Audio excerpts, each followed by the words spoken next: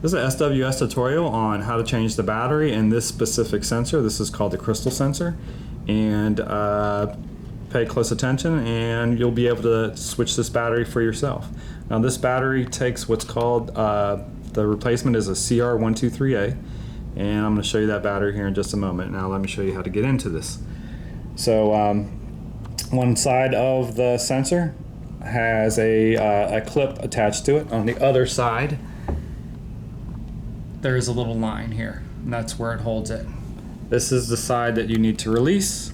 So to release it, you want to press from the opposite side with your thumb, and on this side you want to put your pointer finger or your middle finger and press down.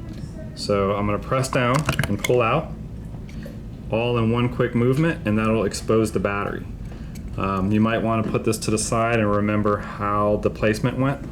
You'll notice there is a little open hole there at the bottom, and that is where it clips in to this portion of the sensor.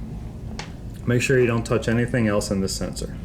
Alright, so we're going to go ahead and place this to the side, and this exposes the CR123A battery, which is very simple to take out. We have it in our hand now. This is the CR123A. And some companies like Duracell here is called just a 123, but CR123A is the name for it.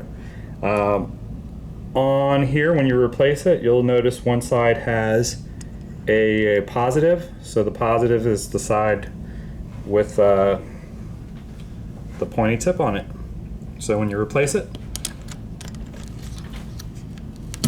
stick it in the same way that it came out.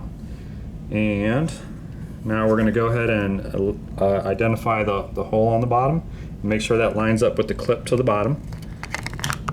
And then once you're clipped in the bottom, you can snap in the top.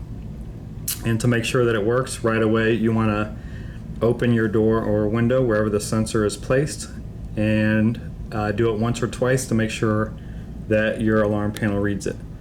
That's a tutorial for the crystal sensor. Thank you very much. Have a great day.